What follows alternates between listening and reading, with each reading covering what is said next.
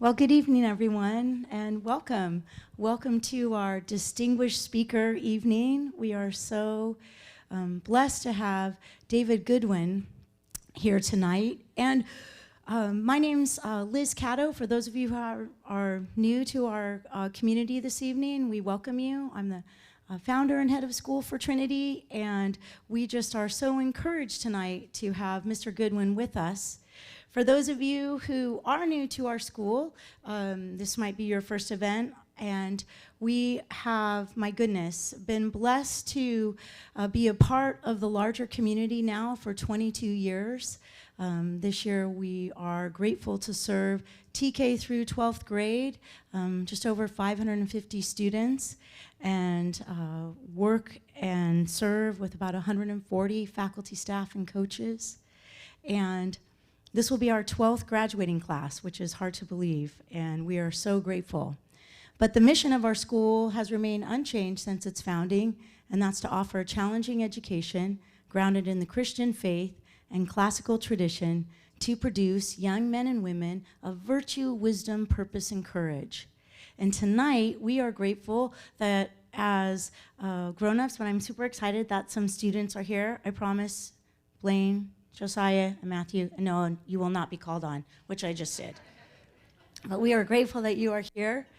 And we will engage together as a learning community and gain some better understanding of what we're doing as a school, especially through the classical model and why now it's just so important culturally and the opportunity we have as a community to be serving our students and to growing and learning together. I met Mr. Goodwin early on, years ago, when he was the head of school at Ambrose, and our school was getting going as a younger school in the classical Christian movement. In fact, it was the Association of Classical Christian Schools I had called years ago, and they had a little notebook. It was about this big on how to start a classical Christian school for $15. So we bought it. And here we are. So, end of story. And that being said, over the years, I was blessed to see what Ambrose School was doing and other schools that were ahead of us so that we could learn and grow as a community. And then Mr. Goodwin transitioned from Ambrose, and he is the president of the Association of Classical Christian Schools, which we are a member school of, and now there's over 400 plus classical Christian schools. And we are blessed to be a part of that, especially here on the West Coast, as we have an opportunity to now help other schools that are getting started. And there are a handful in the Western region. We will actually have the privilege October 13th and 14th to be a regional host conference for ACCS for some administrators and faculty of some other startup classical schools in California, Arizona, and Washington area. So that is a joy and a privilege for us. And now I also have the privilege of serving with Mr. Goodwin on the ACCS board as a board member myself, and I'm excited to be learning and growing in that, but also being a part of helping other schools as well. So we are thrilled to have him. Let me pray for us, and then we will have him come up.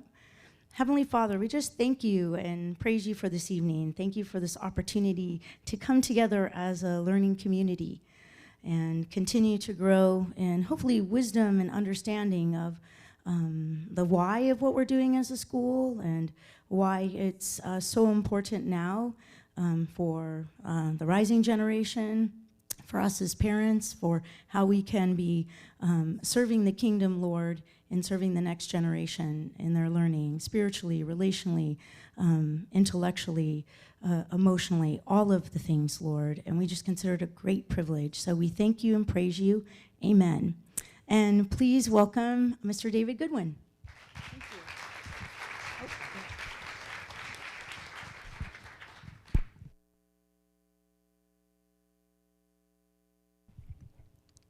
There we go. All right, yes. Well, I first heard Liz's name in a meeting, I guess it was probably around 2012 or so, maybe 2010, when somebody had asked in a small group, what are the most impressive classical Christian schools around the country? Because we wanted to get together heads of schools from each of those, and we ended up, I think, putting together 8 heads of schools, and she was one of them.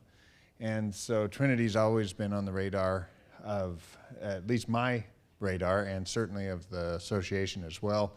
And we thank Trinity for all of its work here helping us. We're in a new phase in classical Christian education because for years we were out there trying to convince parents that this was a good thing. And so we spent a lot of time doing that. About 3 years ago, I got a phone call from a friend who ran a school, and he goes, hey, can I give your personal contact information to a guy from Fox News? And I take a lot of calls from various, well, not a lot, but probably 7 or 8 a year from the New York Times or some big media outlet. Usually they're after us for something. But he called me, and it was Pete Hegseth, who some of you may know, the book that we just released. You can hold it up since I didn't bring a copy, but apparently somebody in the audience has a copy. Thanks, Mark.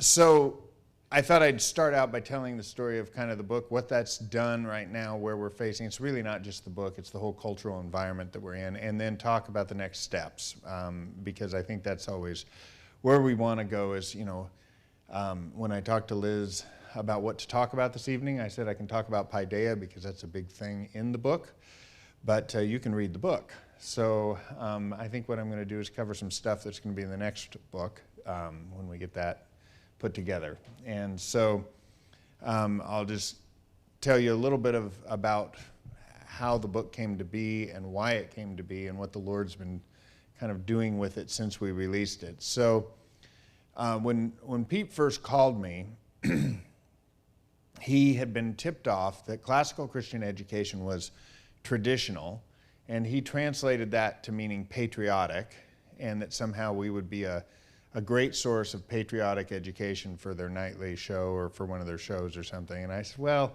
it's a little more complicated than that because it really isn't, it wasn't that the school systems at one time were patriotic, it's that they were Christian. And what happened was they replaced Christianity with patriotism, and that was the beginning of the end for education in America.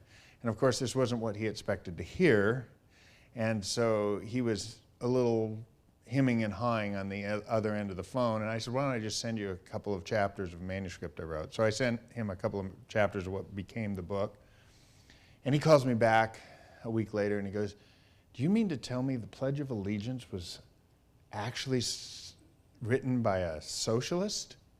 And I said, yeah, and look it up. And he did, and then he came back with another question and another question. Pretty soon, he said, we got to get this story out there, and we created the Miseducation of America documentary. It's on Fox Nation if you want to see it. I don't know how many have seen it at this point. Oh, good, a few of you. So then once we did that, Pete said, we need a book. Dave published a book. Nobody wants to publish a book from an unknown author, so after I tried that several times, he joined on, signed, did a few of the chapters in the book, and fast forward to this year, around May or June, the publisher's HarperCollins, so the editor of the book has had a number of #1 bestsellers over the years, and he was hoping to get us maybe with Pete's help on Fox on the bestsellers list. When it came out and we were #1 and we stayed there for 4 or 5 weeks, they thought that something is up in this country. And it really isn't speaking to the book. Obviously a book that hits #1 right off the bat is probably just speaking to a topic that people want to hear, because word of mouth hasn't had a chance to happen, right? So the book, when we started it before George Floyd, before most of the COVID stuff. We actually started it in February of 2020, before a lot of the riots, before the LGBT rush into the school systems, before the Loudoun County situation developed.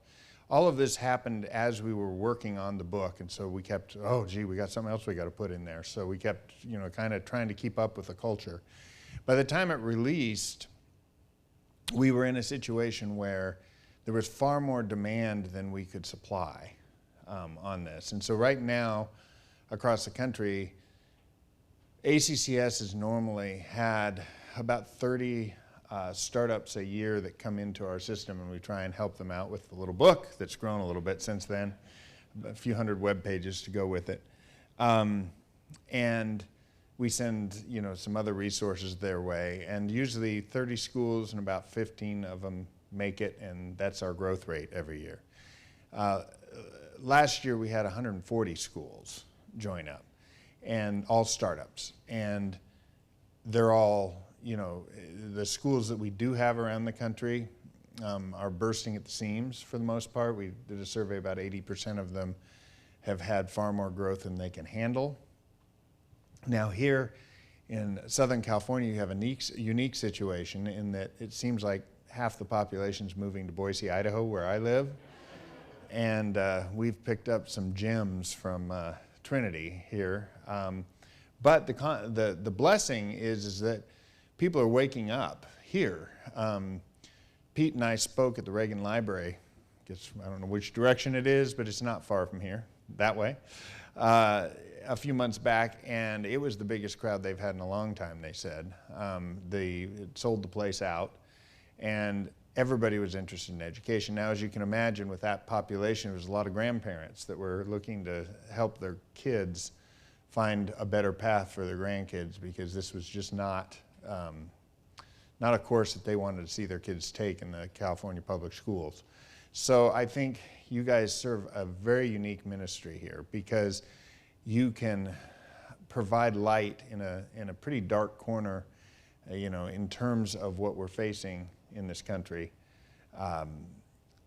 You guys are doing great work here. I was visiting the schools today, and I really appreciated it. So without going too much further into that, and because I want to keep it short tonight so that we have time for questions, and we can take it wherever you want to take it, I'm going to jump into what I was going to talk about this evening, just to provide a little bit of insight into what makes classical education work. And one of the things, the book talks about the Western Christian paideia, which essentially, I'll give a quick synopsis of the book.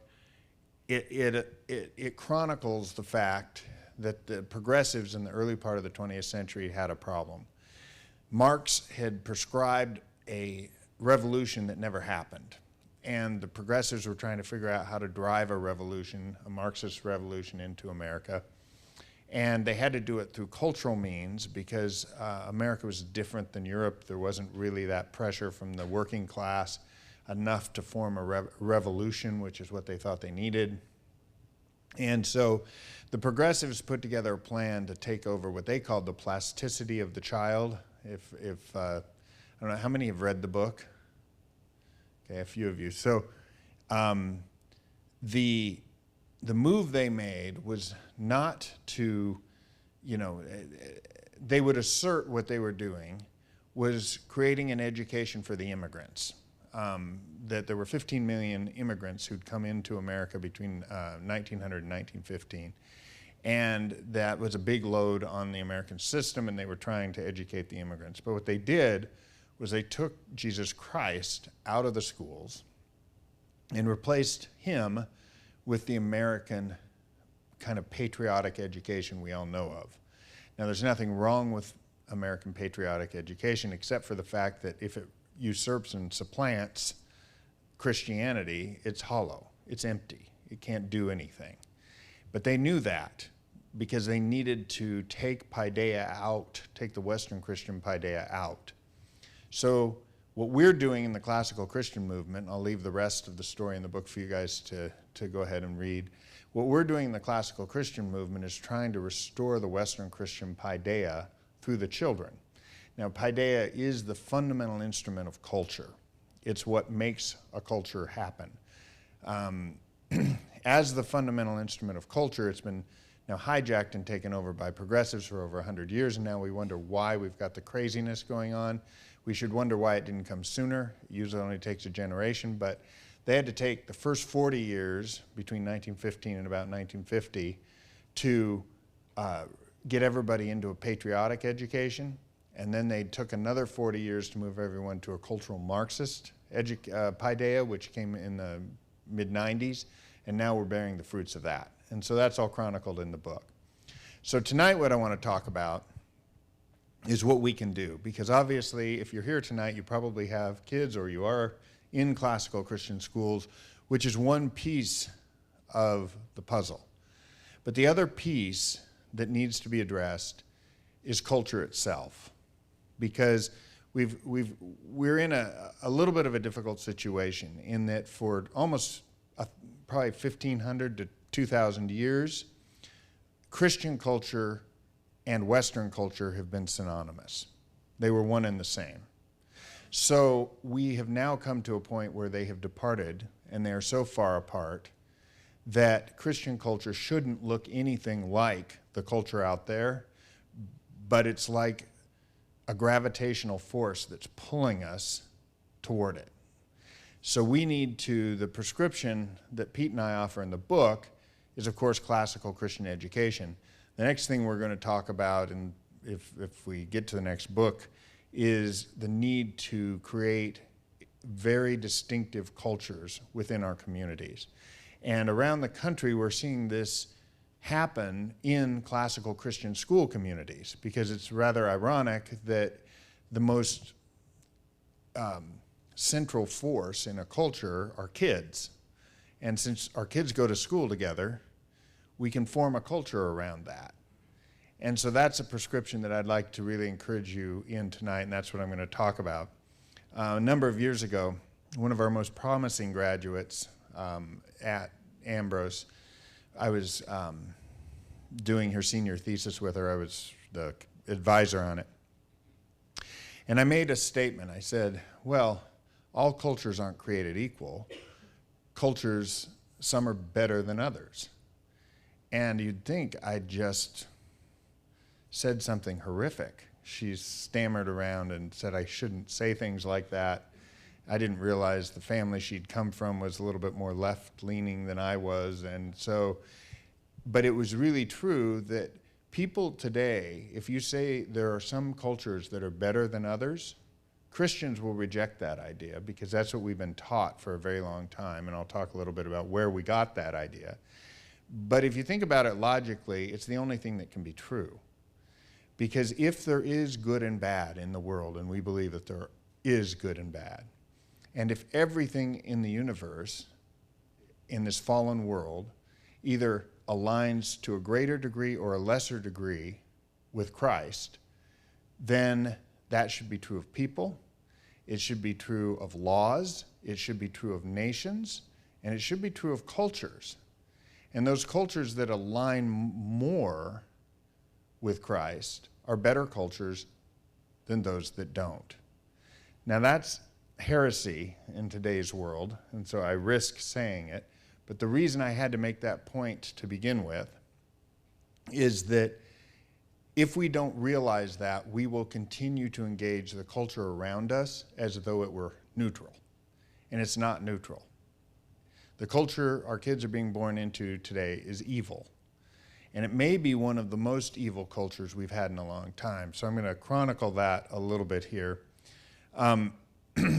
So what happened was believe it or not, it wasn't that long ago, in 1970, if you look this up on Google Ngram, if you know what that is, it's a word count, multiculturalism jumped into the lexicon.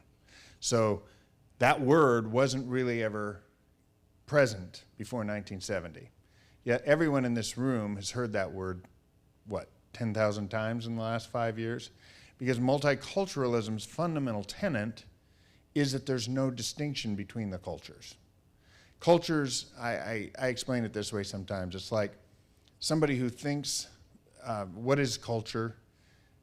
People will usually say it's art, it's music, it's the aesthetic elements of culture.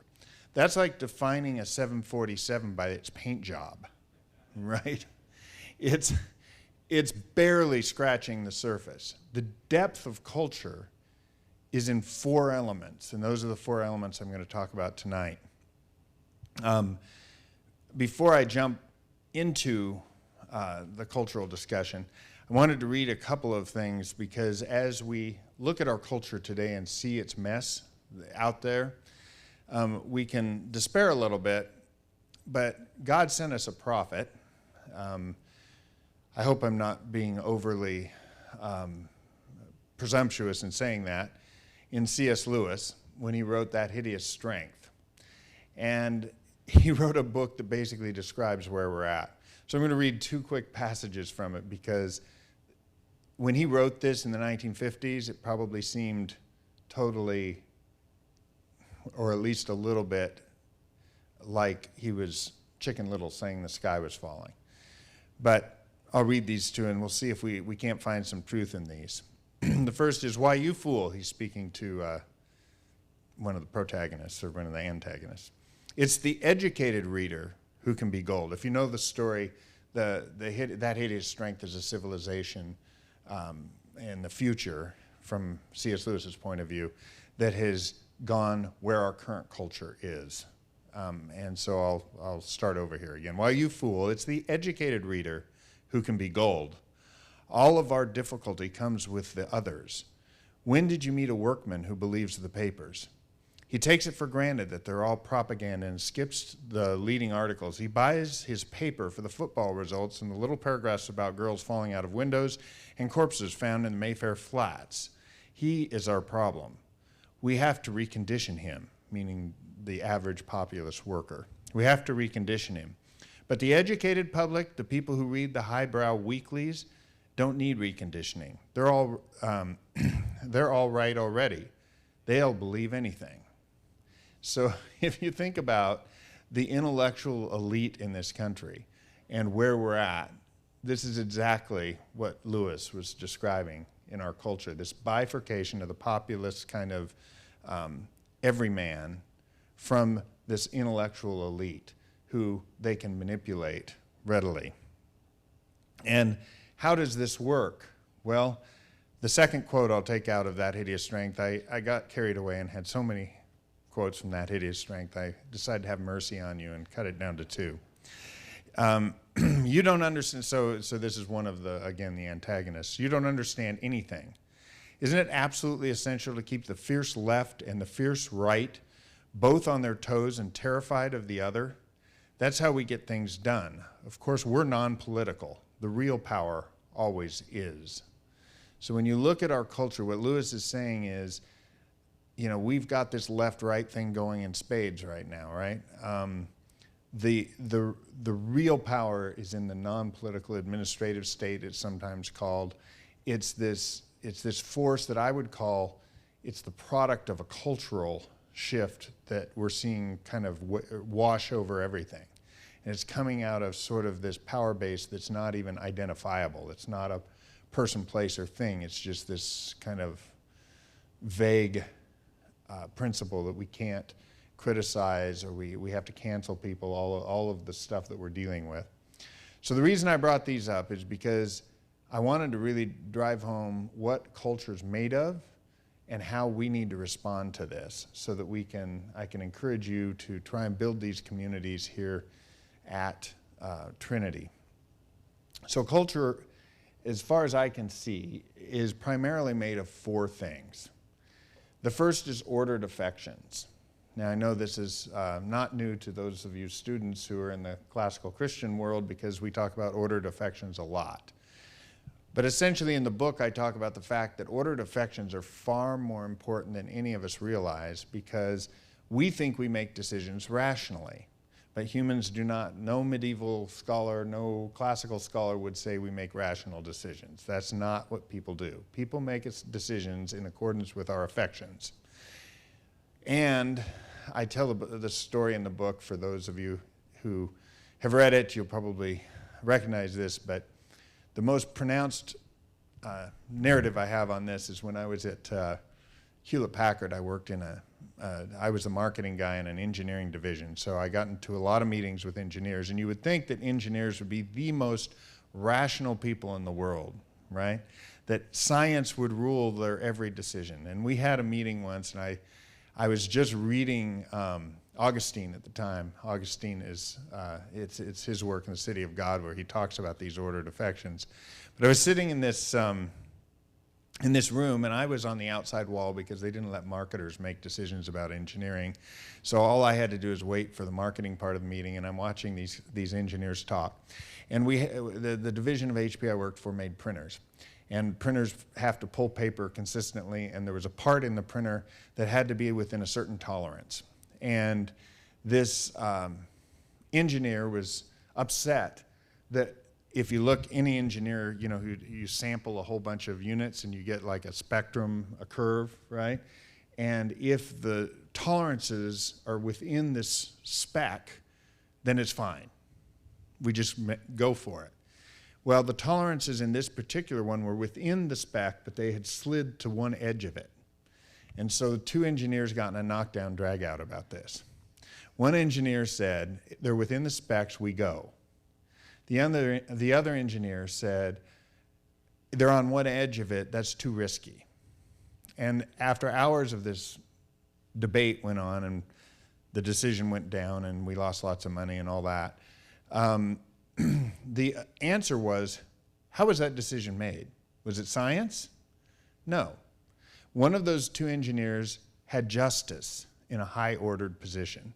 Justice says if you make a rule, you stick with the rule, and the rule is if it's in the tolerances, you go with it.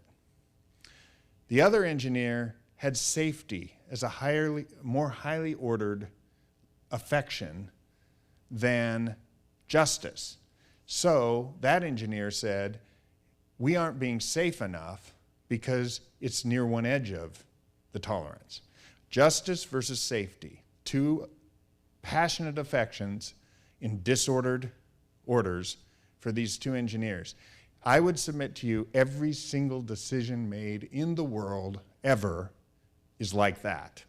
There are no rational decisions. There are people who make more reasonable decisions because they have a rightly ordered love of reason. But that doesn't mean that that's what's causing them to make the decision. It's an affection that's causing them to make the decision. So the Western world has been about ordering our affections rightly for a very long time. And reason was highly ordered until recently. Recently, we've seen reason come under attack. And we talk about that in the book. It's one of the 4 battlements that fell quickly. But it used to be it was a highly ordered piece. The only thing really above reason in the Western Christian world was revelation, the Word of God. Everything else fell to reason because that's how we ascertained what the Word of God said, and that's how we ascertained what natural revelation or general revelation was. So the first thing a culture does is have ordered affections. Those cultures that have rightly ordered affections are better cultures. Cultures that have poorly ordered affections or disordered affections are worse cultures, right? And so you can stack your cultures that way. The second of the two, besides affections, is language. So what makes a culture? Ordered affections. Second one is language. Now that seems rather strange. Language, we read the Bible in English, and we would think that that's the same as reading it in Latin or in the original Greek or Hebrew. And most of the students here know not so much because you've probably read it in the Vulgate or in the Greek. The situation with language is it shapes how we think. If there's a word for something, our ability to comprehend something is really tied to the word, to the written word. That's why the Greeks revered the Logos so much. And that's why John identifies Christ as the Logos, because words define how we think. They make us think the way we think. It's one of the reasons it's very difficult to explain the collapse of the Western Christian paideia to people, is because paideia is a Greek word. There's no English translation. There was a guy who set out to describe paideia. His name was Jaeger Warner. Werner, German name. I have a hard time with those. It took him 3 volumes and several thousand pages, and then he felt like he needed to write one more, and he died while he was doing it.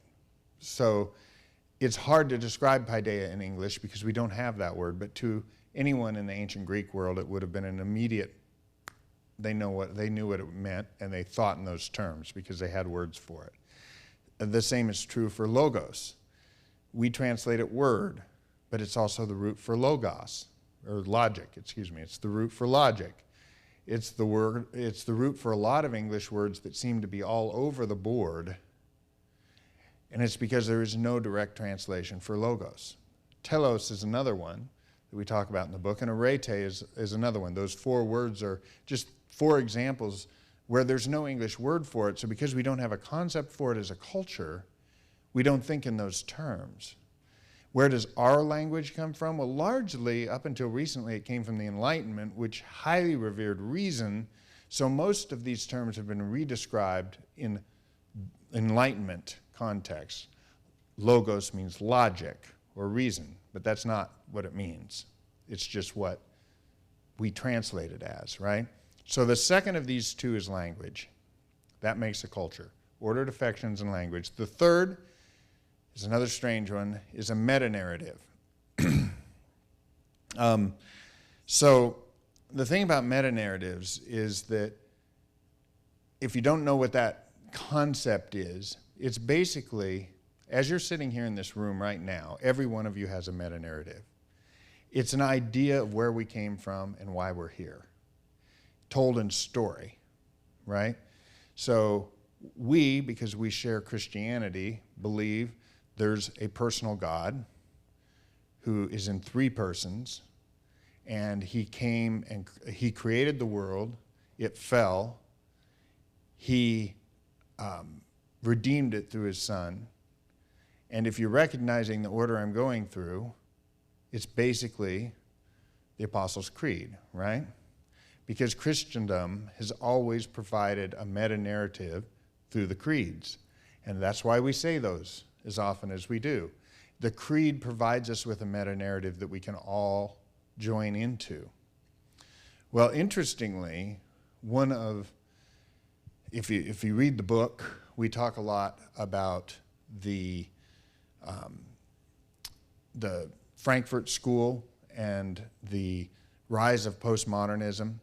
One of the fathers of postmodernism, which I'm sure, again, I will butcher his name, Jean-Francois Lyotard, defined postmodernism, get this, as incredulity towards meta-narratives.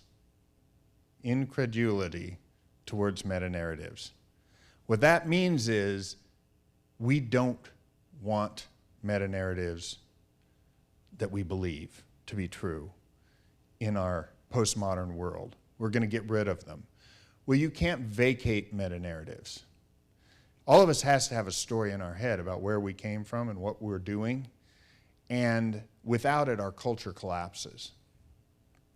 And so the 4th ingredient, besides a meta-narrative, a common meta-narrative that we have in the Christian world through our creeds and our catechisms, the 4th is community.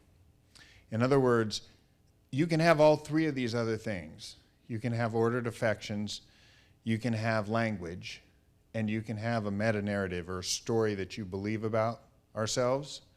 But if you don't share it in a closed community, in a defined community, then you're what is the old saying, there's no man is an island. You can't have a culture yourself. You have to have a culture with other people. So what I would like to encourage is for us as classical Christian educators and as parents and as families and as Christians to resolve to reestablish true culture in our schools and in our communities by working together to share those four things. Now in classical education, you can see these, right? We spend all our time in the classroom ordering affections. That's what we're trying to do. I would encourage you as parents and as members of the community to get together in contexts where you can read books or have discussions on how to rightly order affections, because the entirety of Scripture is really a set of ordered affections. And we see this sometimes when we think, how does this work? We see Rahab's lie as reckoned as righteousness. How does that work? Well, because God is a higher order. Obedience to God is a higher order than the commandments of God, right? So that's how so if you go through Scripture, you find all of these things. When you go through it with the ordered affection, you find these things. So working together, in that context, we're also studying Hebrew, Greek, and Latin in the classical world. It's vital that we do that and that we continue to study and learn as adults, because that's how we come closer to building our linguistic skills that are necessary to think with distinctives between two very finely defined ideas, those sorts of things. So that's called verbal reasoning, and we need to continue to dedicate ourselves in our communities to build that. The other is to be sure that we're living life consistent with our meta-narrative, right? So the meta-narrative, I think what I want to do is go through what we have in our present culture and show you why all these things are upside down. So obviously, I don't really have to deal with affections too much, because it's obvious, right? I mean, you've got drag queen story hours, and the last few years, God's given us no excuse for if you don't see the disordered affections, you've had your head in the sand, right? There's just no excuse for that. So I'm not even going to have to describe that one. We all know that's there. Language, the thing we can say about our current culture, what has it done with language? It's what I have called, it's Orwellianized the language, right? Orwellian language destroys a language. It tears it down. So Orwellian language is like a parasite. They take a word that everyone knows, and in the book we talk about democracy is that word. And like a parasite, they use the power of the word to redefine it to their own purposes. And if you read the book, you'll see the quotes of exactly how they did this. And so basically, modern culture is just a parasite.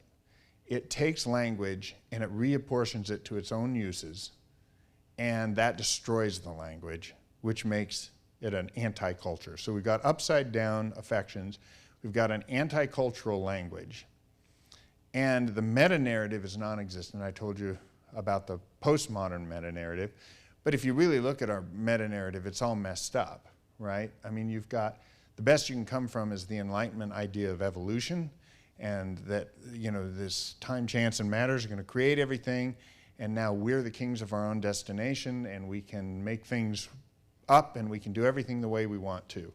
It's really a hollow meta-narrative. It doesn't have any strength. It has no power. If you look at the beliefs of the great civilizations, even the non-Christian ones, the Islamic or the Chinese, they have powerful meta-narratives. They may be false, but at least they uphold a culture. Our current culture has destroyed the meta-narrative. It's not there. No one understands why or where they are at. And all you have to do is look at libs of TikTok, and you can see what that meta-narrative gives you, right? It's ugly, it's nonsensical, it's crazy. I mean, it's literally insane. And that's what happens to a culture when it loses a meta-narrative.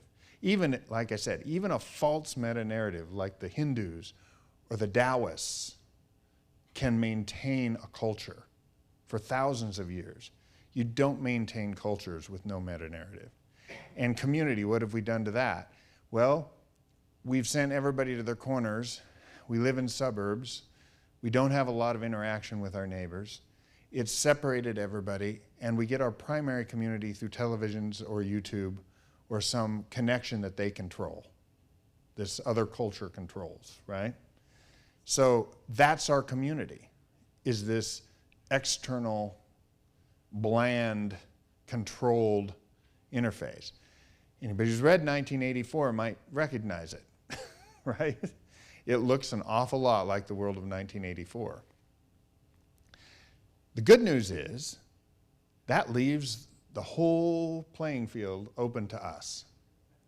Because if we can rebuild communities that have rightly ordered affections, a strong command of language, a meta-narrative that is not only cohesive, but it's true, which has been the power of the Western narrative for 2,000 years. Actually, some might say for 10,000 years, right? I mean, going all the way back. The narrative has always been from the beginning. In the beginning, there was God. God created. God was in three persons. Man fell. Evil came from that fall, needed the mercy and love of God to redeem it. We have to believe that more deeply than just as a story for Sunday. It has to be the story that forms our lives. So when our kids go out and happen to brush up against the culture and somebody says something crazy, they have solace in the idea that, no, I understand why you're that way. You're searching for something that's meaningful, and you don't have it. Right now, you go out, a lot of kids, Christian families, go into public schools, they go out and they brush up against the culture, and because church has been isolated to Sundays and Sunday school, and there's not really a lot of that brought right down to why things make sense or don't make sense in the meta-narrative, those kids fall into it and go, well, gee, if he thinks she's a girl, or however that works, then who am I to say, right? Who am I to challenge this? Who am I to question this? Well, when you really think about it, what that's saying is every person's autonomous.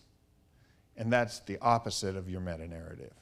God exists, created, we fell, he redeemed. That meta-narrative makes sense of it all. But if your kids go out and brush up against it with nothing stronger than to each his own, then we're going to end up falling into that culture.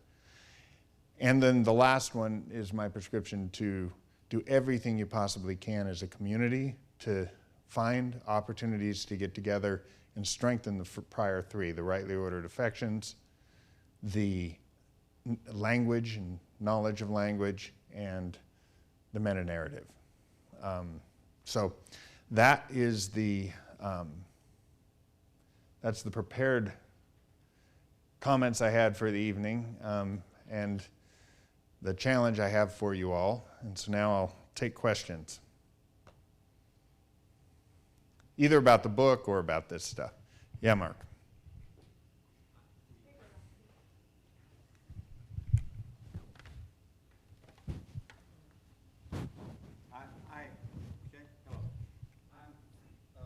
I love God's bride. I love the local church, ordained minister myself. So I don't mean this question to be attacking her. She is a delight. I would never want to insult such an enormous groom on his wedding day. But I don't know how we are to partner with them yet. I've been trying to think about it. I wanted to get my pastor here tonight and couldn't. Do you have any suggestions as to, because to me I think the church must be involved in this grand movement that is classical Christian education. Do you have suggestions? Have you bumped into people who have seen some pastors getting on fire for this, and how did they do it? Great question. In 1992, I was working with a youth group in our church, and after doing about 3 years of youth ministry, I got frustrated with the fact that most of it was fun and games, and most of the kids really didn't care about the Bible piece of what we were doing, and if they did, they didn't understand it very deeply, and in some sense it was on too high of a shelf for most of them because they just hadn't had the background. And so I got involved originally in classical Christian education, even though I had no idea what it was, just because I thought if you can't do it in one Wednesday night a month, maybe, or a week, maybe 16,000 hours of school time might help. That was as simple as my thinking was. But back in those days, we were in worse shape. And we were in worse shape because we were in better shape as a culture. So the churches didn't have to respond. Right now, we have a huge blessing that looks like a curse. It looks like the world's coming down around us. And it looks like we're being chased to the four corners of the world. But of course, Christ's church is never chased to the four corners of the world. It's already had its victory. The victory was won, on the cross. Theologians, if you're going to point to a date, the date is not 70 A.D. or 30, it's 33 A.D. It's when Christ died, he was declared the victor. So we're just mopping up, right? So if we take that attitude and then recognize that even in a mop-up procedure, there's a lot of casualties, we just need to get smarter about how we work with the church. Because the church is sitting out there right now coming apart, and I think most of us know it. Because, in my church, I won't say which one, I've gone to a couple recently, trying to maintain some anonymity, by not addressing any of the cultural things going on, by avoiding them, they're creating problems. Because it's one thing to avoid the question of postmodernism. It's an eggheady thing. It's another thing when somebody in the church is hurting because their kid is experimenting with sexuality in identity ways that are tearing the family apart, and the church doesn't have anything to say about it because all they say is it's sinful. They don't actually address the metanarrative. They don't address any of the other things because they've never been prepared for that. So I think God uses, just like he used Deborah in the Old Testament, right? He uses those who are faithful, even if they aren't exactly called to this particular thing. And I think as classical Christian schools, we can speak into the church and say, well, there's actually an answer to this. And it's in the depth of understanding of who we are, how we know what we know, and the ordered affections that we have in our community. And if we can live that out in our school communities, I think the churches will start polarizing and coming over. We've seen that in Boise. We've seen, when I was head of school there in the early 2000s, we had 70 churches represented. And the kids were evenly split among most of those churches. Now, we still have like 90 because we're a bigger school, but most of the kids go to four churches, the four most faithful churches in the valley. And when I say faithful, one's Lutheran, one's Presbyterian, one's CREC, and one's MacArthur Church. You can guess. Wouldn't those be the four you'd expect? Right.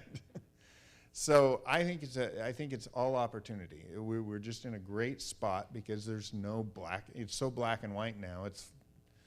We don't have. There's no compromising with this culture. Yes.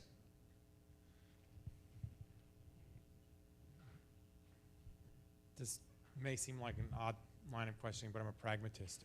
I live in Los Angeles, so we drive our kids up here. So that's a bit of a journey. But it was well worth it. We looked at a lot of schools by us, and it was just, I think you and I could pontificate on it, on what's going on in some of the schools by me, but I would just call it stupid to summarize it. But my question is this. We live in Los Angeles, and there's a statistical reality that, like, religion is declining. I mean, I think in, like, some people say in, like, 2000, it was like 70%, acknowledged some denominational participation, be it Jewish, Christian, or otherwise. Some people say it's down to 50%. I think it's tough with that data because some of the people are doing their religion online. Maybe they're not participating. But still, have we hit a floor or not? I don't know. Just in a practical sense, because we're kind of the cultural insurgents here, and I don't like leaving ground open to an opponent, is there a place where we have to consider, like, hey, what are secular classical schools doing? Is there a way to work with them? Because at least that's something, as opposed to just regular progressive education. And is that possible? How would that work? Do you think it'll even be practical? Or is it just that we're just going to make a better product down the street and people are going to come and eat our hamburgers because they produce better dinner, let's say colloquially? Yeah, well, I'll take that as a two-part question because I think it brings up two good issues. One good question is how do you work when you're so far away from this community and you're trying to engage from around in the Los Angeles area with a declining number of church attenders and that sort of thing. And then the second one is the classical charters or other schools that might be out there that are classical but not Christian. So I'll address them as two separate things. I think in history, any student of history would say that there have been two different outcomes from declines in spirituality over the centuries.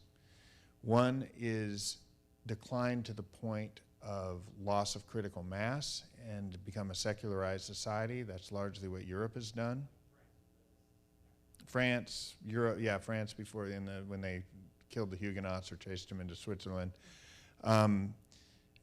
You can see examples of that in history and in current times.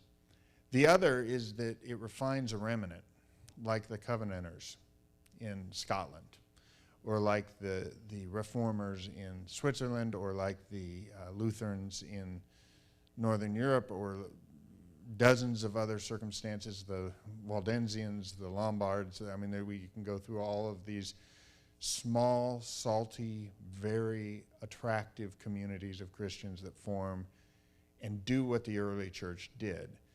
We often misunderstand, I think, the scripture that calls us to be salt and light, right? When not too many years ago, we were all being told we had to be salt and light by being in the public schools. And I would say, how'd that work out, right? That's not the meaning of either of those metaphors. The metaphor, a city on a hill, is the source of the light, right? It means you attract people to you. It's not that you go to them. You become something so attractive, a city on a hill. It's not a city in the valley. It's a city on a hill. It's so attractive, people go to it. The same can be said of salt. It's so tasty that if you don't have it, you miss it. Right? So I think that the answer to the question of are we going, as the decline in Christendom comes, is a good thing or bad thing? I would say any refining fire is a good thing. Anything that turns slag, burns off slag and leaves gold is a good thing. But unfaithfulness can, over time, bring about apathy and eventually an irreligious people. So we have to, I think we're at the turning point right now. It could go either way. And the turning point is going to decide based on how good we are at building communities and cultures that are in themselves so bright that your neighbor may think it's great today that his daughter became a little boy or something. But in a few years, that's going to be really painful. And when that pain starts getting felt, if they've seen you living in a way and your community that offers a different story, a different meta-narrative, a different frame to understand this, they're going to come, just like they did in the early church. If you remember, in the early church, the very first 50, 60 years, Christians were accused of being cannibals. They were accused of worshiping a dead guy. There was all this insane stuff that was being said about the church. And that worked until people got desperate enough that the church looked a lot better than where they were.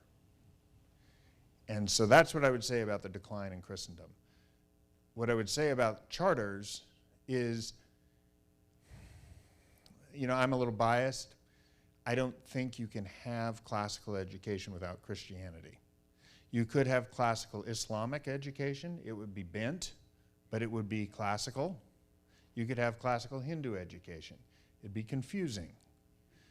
since they don't believe in truth, but at least one truth, or personal gods or anything, but at least it would be possible to be classical because there's a pursuit of an ideal, there's a transcendent ideal that we can pursue. Charters are in an unenviable position because they have to try and teach kids that there's a transcendent, good, true, and beautiful thing out there, but it's like showing up at an archery tournament and they forgot to bring the targets, right? That's a very boring archery tournament. So, and it ends up going nowhere. So I would say that the charters aren't really going to rescue America, but there's a lot of kids who may be helped from them through the common grace of God, which they're more true than the public education system is on the whole, and the mercy and grace of God is great, and some people will be helped from them. I have many friends in the charter movement, and I'm thankful for them, but I don't think that's where we can be. Yep. Hello, my name is Anna Leathers. Okay. Do you think the church should be more active and vocal in our society so that our culture can see who the church really is instead of what the social propaganda calls the classic Christian? Excellent question. Sounds like a really good student, or you must be a student here. Only could guess that a good question like that would come from a student. Yes. So encapsulate that without your phone. Tell me what you were really wanting to know. You could just, what she wanted to know was, should the church be vocal and more involved in our community to show what that real image of Christ is? That's a good question, yeah. Yes and no.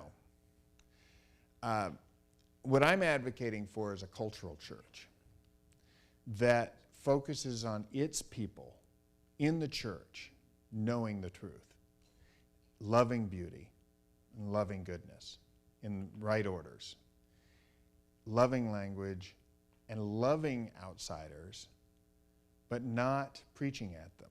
There's a great verse I think we can take a lot from in 1 Corinthians 5. Paul, Corinthians, if you haven't read it recently, which I'm sure you all have, read it over and over and over again, because it's written to us. It wasn't written to us as much 30, 40 years ago, but now we're in the middle of Corinth, right? The most sexually debased culture in the ancient world, and everything went, and it was all a mess. And if you remember 1 Corinthians 5, what is it? A guy has his mother's or his father's wife, right? So it's just basically Paul saying, let's find the most bent sexual situation we can come up with and address it. And what does Paul say? He said, when I was there, I told you not to judge the pagans because they don't know any better. They're going to live like pagans because that's who they are. But I didn't mean for you to adopt their practices. You know, he says something like, may it never be. Don't even think, even the pagans wouldn't allow this. And you guys are allowing this in the church? So it's a great testimony to us to say, look, let's keep our houses in order. Let's focus internally.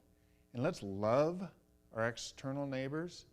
I don't think that they're going to come to us because we tell them what the truth is. I think we should tell them what the truth is if they ask. But I don't think that's why they're going to come. I think they're going to come because they see you and you look happy and you look joyful. And they're trying to get happy and they're trying to be joyful, but what they're getting is misery. So that's what I would say to that is I think that the church should always preach the truth, but live in such a way. We've got this opportunity coming up, and certainly young people, more so than those of us who have been around a while. It's your world to create. It's your world to make. So if you make it in such a way that glorifies God, that will be rewarded. Yes, next question. Thank you, Dr. Goodwin. So, as something of a two-part question, if you'll be gracious. I worry that first of all, I appreciate the winsomeness that you're talking about our society. It is comforting to feel both discouraged by it and then also not be terrified at the same time.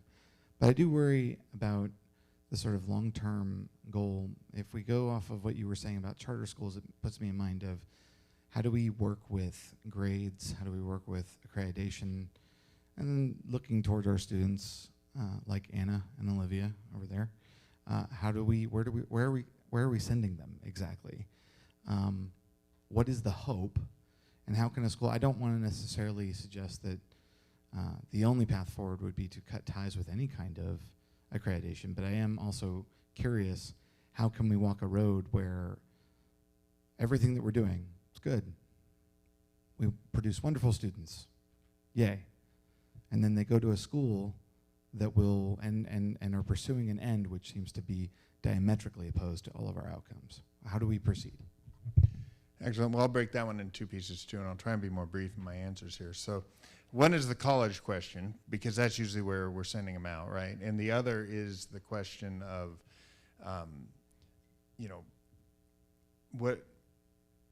well, I'll answer the college one first, then you can. That's probably the biggest problem I see right now, is that colleges, there are very few, and they're far between. And our culture and our kind of zeitgeist is that everything's being driven by the college chase. So at a certain time in the junior year, you have to start applying to college, and you get all this magazine literature. And it's one of the, when you think about it. So I'll also say, you call me Dr. Goodwin. I don't have a doctorate, so I'm not that smart. But I do have an MBA. And so I tend to see everything like a business, right? And the college business has got to be one of the most bent things that you can find. So what do? You take parents and you send their kids a whole bunch of literature to attract them to the college. So now you're selling what we call benefits and value statements to kids that their parents are going to pay for, so they don't actually get involved in the paying. And what do 18-year-olds like? Most obvious things, like, do you have the major I want? Do you have dorms that look reasonable? Is the campus pretty? Those sorts of things. So the whole system is bent because the people who are doing the buying aren't the ones who are doing the paying, aren't the ones that are making the decision. And then when you get there, the people in control of it are a bunch of leftists, right? And when I say leftists, I'm not talking Democrats or Republicans, I'm talking cultural Marxists, right? So that's a big problem. I don't have a solution for that, sorry. There's a prayer. I guess we can pray. The second part of your question was the accreditation stuff. So I do a blog called davidgoodwin.substack.com. And on there this last week, a couple weeks ago, I did a dialogue between a superintendent and a newly elected board member in a red state. It was imaginary, but it was trying to say, here's what we're up against with regard to accreditation, teacher certification, licensing, the administrative state, and all these other things. And basically, people who've read it, it was one of the more popular entries, have said it's depressing. Because there's no way around the structures that have been put in place for the last 100 years around education. Very hard to escape that gravity. We at ACCS like to think we're trying to solve the problem. We have a form of accreditation that has no reciprocity with any of the regionals, so they can't tell us what to do. We have teacher certifications done through apprenticeship through our member schools, so you don't have to be a licensed, state licensed teacher to teach in our schools. We have curriculum endorsements that are tied to our own standards, don't have anything to do with state graduation requirements or standards. We have our own diploma authorization that works around the state standards, doesn't require the state standards in any state except Tennessee, which we're still working on. So we've made some inroads there. But essentially, it's going to have to be people in the Christian community. I'm predicting in the next, we got to look down the road a little ways. Look down the road 30 years. See how far we've come in the last 10 and figure out where we're going to be in 30. We're going to need our own everything. We're going to need colleges that are faithful colleges, and there's like I'm going to botch the number. There's like 1,700 maybe colleges in the United States, and I think there's like 400 or 500 Christian colleges, and there's about 5 I'll recommend. Master's College down the road is one, but yeah, we got some big problems. But that's why I like to talk about community and culture, because that's what's going to fix it. These colleges that are all off the deep end, they started as Christian colleges. They came out of a Christian culture. So we can create a new Christian culture and have new colleges, just the same way we did the last time. We just have to, I say this in the book, the progressors were willing to embark on a 100-year experiment, and we want to fix things in 2 years, right? Not going to happen. Next question? Yeah, I'll rattle those off real quick. So New St. Andrews College, my daughter just graduated from there. Couldn't say better things about it. The Bethlehem College and Seminary out of Minneapolis, Patrick Henry, Hillsdale. Surprisingly, Hillsdale, we've had a lot of graduates go there.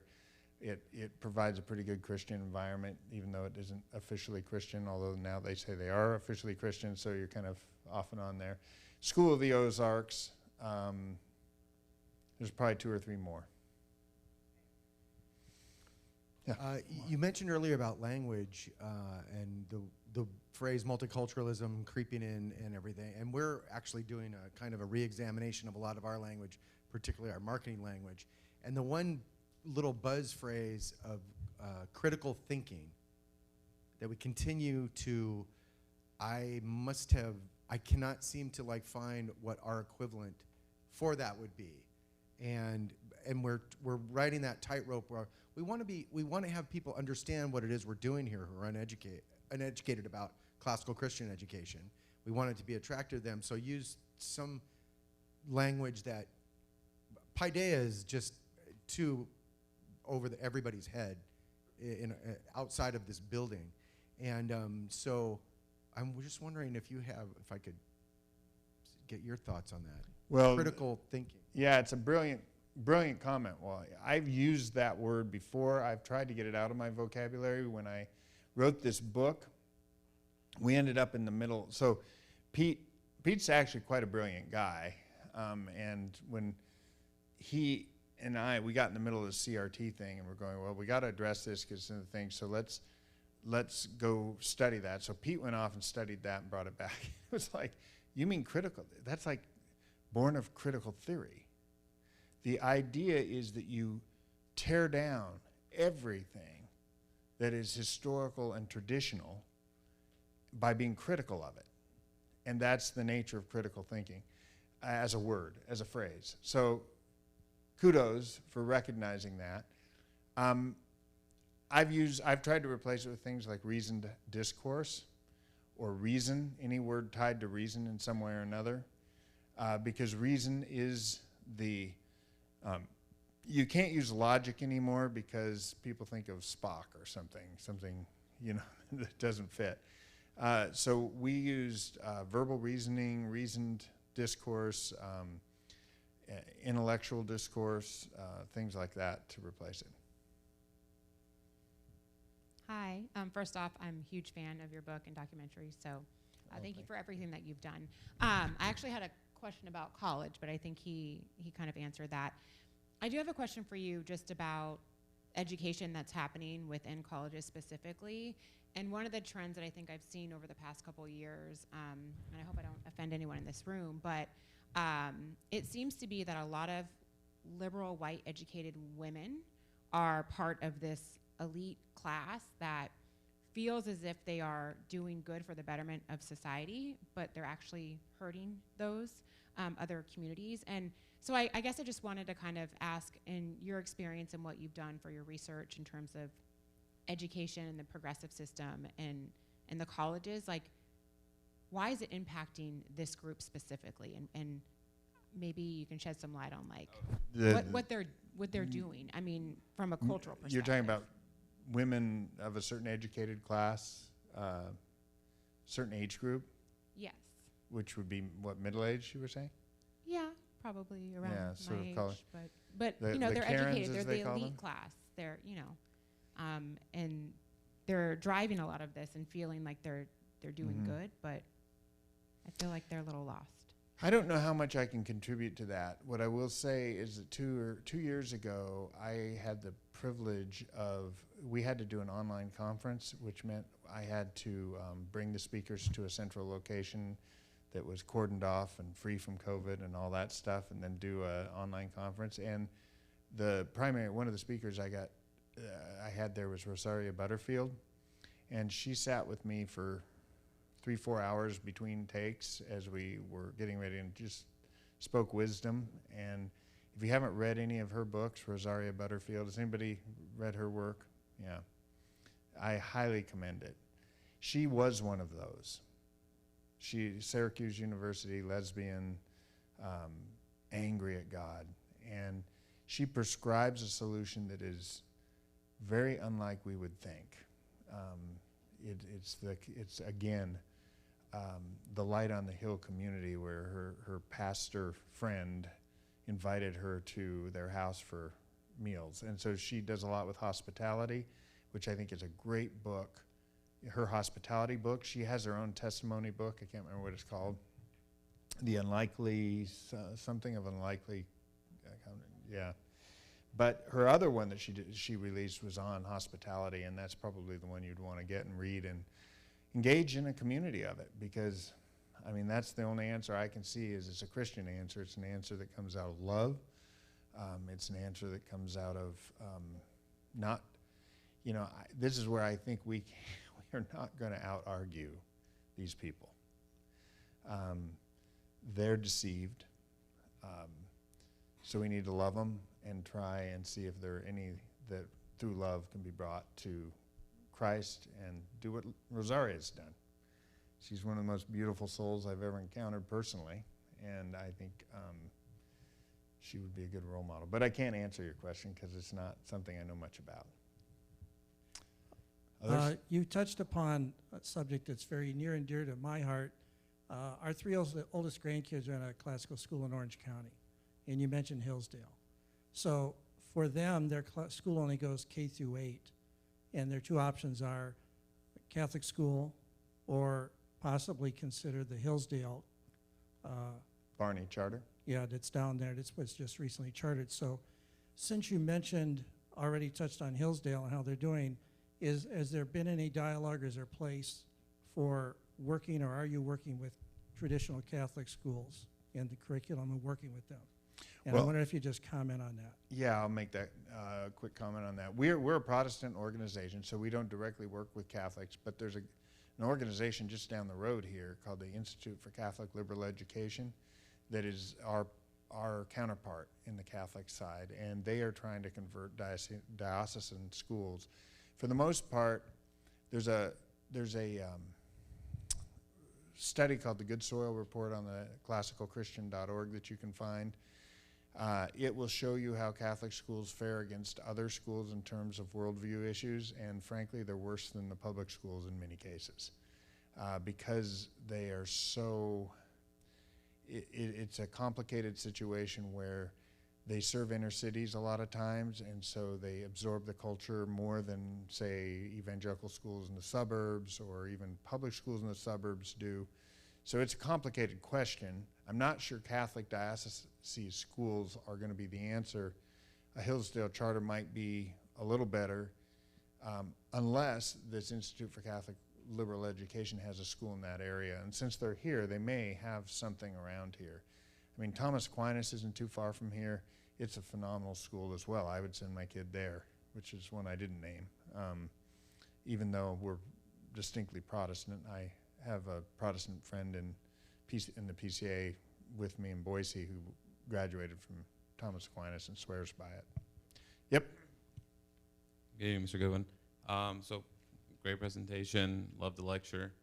Took some notes, but on the 4 elements of culture, I especially appreciated the order in which you established them, and primarily in regards to community.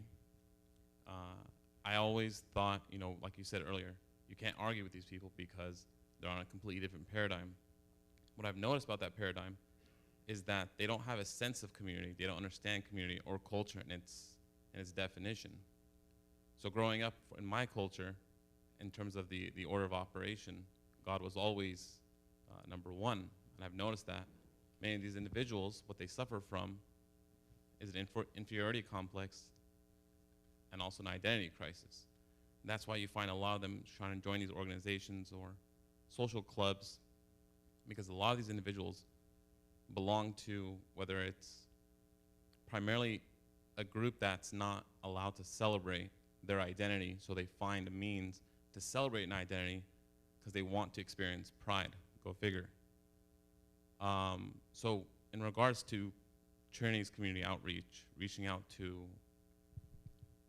or us as a community, trying to see how we can save these souls from pride, from this burning desire to belong. What is the most successful strategy towards giving them a sense of identity without trying to fall for a deceitful act of having some kind of established presence in their life? Yeah. Well, again, I'd commend Rosaria's book because she describes how Pastor Kent in that book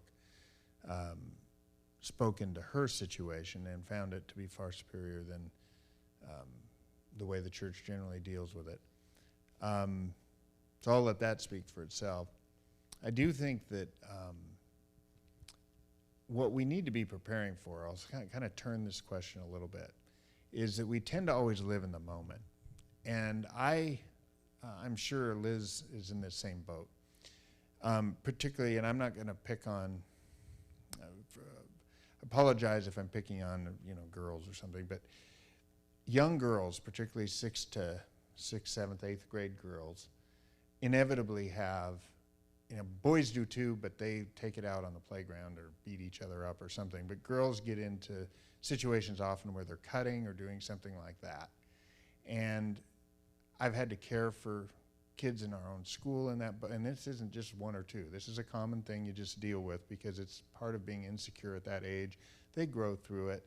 It's all fine in the end. But what's happening right now is every one of those insecure girls is getting told they need to change into a boy. And at some point, this is going to wreck huge numbers of kids.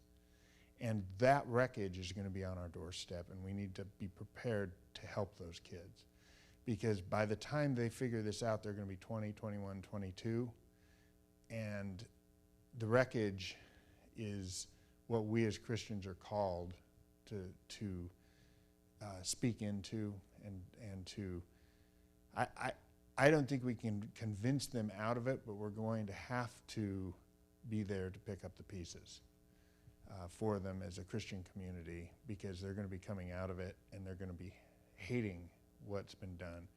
And if they don't commit suicide, and I don't mean to be overly dark here, but they're going to need some real shepherding and some real love. And that's what, 5 years away right now? 4 or 5 years away? So all these, and it's girls, but it's also boys. I mean, boys have it in a whole different way. So. One last question. Thanks, Liz. What's the place for non-classical Christian education? And if it's not leading the answer too much, how can we assist, partner, help that model? That is one of the most difficult questions of the night. I have many friends who are in that world.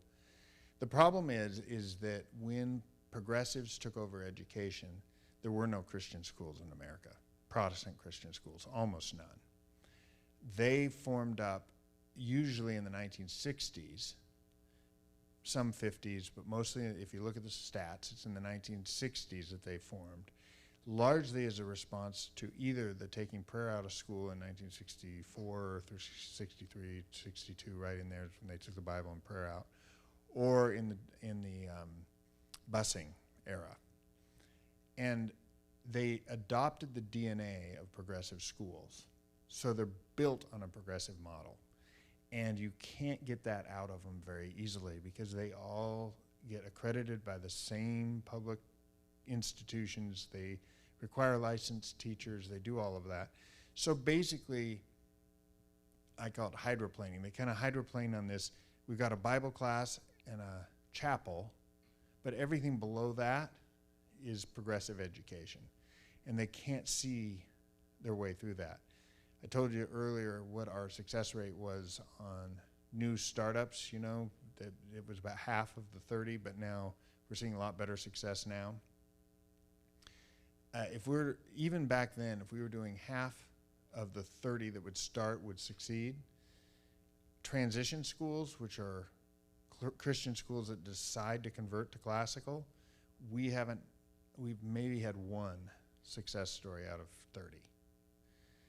It's almost impossible to convert one just because the worldview is so different. And so I would say it's tough, but they can do some good. I mean, if you look at the Good Soil study, the evangelical Christian schools are the next best thing to homeschooling and classical Christian schooling. So, you know, there must be some good ones out there. But I don't know, again, I think what we do is we live in our communities consistently with the knowledge of traditional classical Christianity, and we try and transform our lives and ourselves into the truth, goodness, and beauty of Jesus Christ, and then we let others follow if they see it. But if all we have to offer is words, if we go preach at them, we aren't going to impress anybody. It's got to be action. It's got to be the way we live that moves them. Can we thank Mr. Goodwin? Thank you so much, David. Please stay up here. Thank you for being with us this evening, and we just thank everyone that came tonight. Wanted to just acknowledge you with a thank you, a specific thank you. So part of our faculty and staff as a community, as a school, we have 6 cultural values that we try to incorporate and talk about regularly as a team in service to our children. One is peacemaking, another is honest humility, one is constant zeal, habitual excellence, intentional relationships, and kingdom service. And tonight, you definitely displayed habitual excellence. And our symbol for that is a box of C's candy, because if you want excellent chocolate, you go to C's. So, because each of these cultural values has a specific symbol, honest humility being like our Gumby, being flexible. But thank you for your excellence this evening and sharing with us and preparing, helping us learn and grow. And then, of course, we can't let you leave without some Trinity swag. So thank you. Thank you so much. Thank you. Thank you so much. Appreciate your time. Thank you for coming tonight. Thank you.